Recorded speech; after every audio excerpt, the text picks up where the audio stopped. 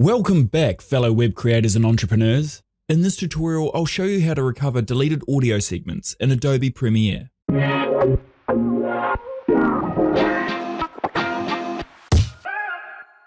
To kick things off, I have several video clips with audio on my timeline, but I accidentally deleted one of the audio clips. To restore the exact audio segment deleted, first position the playhead over the clip with the missing audio on the timeline. Then go up to the sequence menu and select Match Frame. This will open up the source panel and set the in and out points to match the clip beneath your playhead. Now, centered directly under the preview in the source panel, you'll notice this little waveform button. Click, hold and drag this icon to your timeline and drop it below your clip with the missing audio. Now the exact segment of audio has been restored from the source clip.